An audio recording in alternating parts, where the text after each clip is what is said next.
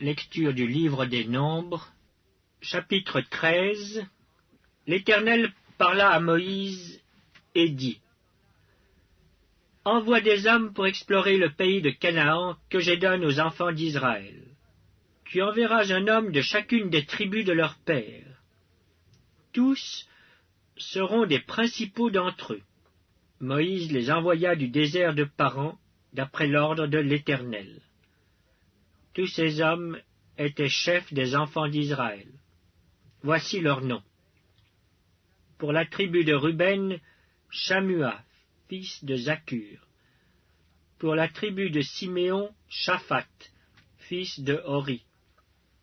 Pour la tribu de Juda, Caleb, fils de Jephuné. Pour la tribu d'Issachar, Jigual, fils de Joseph. Pour la tribu d'Éphraïm, Osée, fils de Nun. Pour la tribu de Benjamin, Palti, fils de Raphu. Pour la tribu de Zabulon, Gadiel, fils de Sodi. Pour la tribu de Joseph, la tribu de Manassé, Gadi, fils de Suzi. Pour la tribu de Dan, Amiel, fils de Guémali. Pour la tribu d'Azer, Setur, fils de Michaël. Pour la tribu de Nephtali, Nashbi, fils de Vophsi. Pour la tribu de Gad, Gehuel, fils de Maki. Tels sont les noms des hommes que Moïse envoya pour explorer le pays. Moïse donna à Osée, fils de Nun, le nom de Josué. Moïse les envoya pour explorer le pays de Canaan. Il leur dit: Montez ici, par le midi, et vous monterez sur la montagne.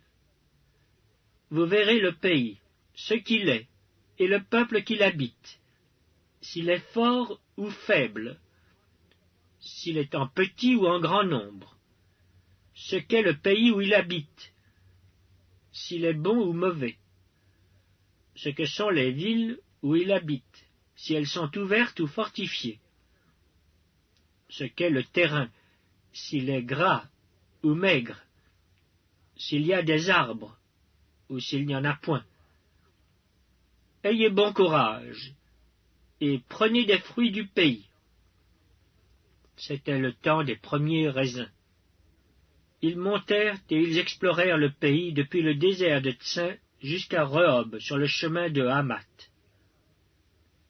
Ils montèrent par le midi, et ils allèrent jusqu'à Hébron, où étaient Ahiman, Shéshaï et Tamaï, enfants d'Anak. Hébron avait été bâti 7 ans avant Tsoan en Égypte.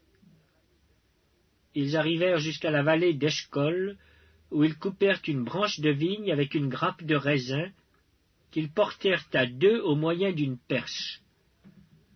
Ils prirent aussi des grenades et des figues. On donna à ce lieu le nom de vallée d'Eshcol, à cause de la grappe que les enfants d'Israël y coupèrent. Ils furent de retour de l'exploration du pays au bout de 40 jours.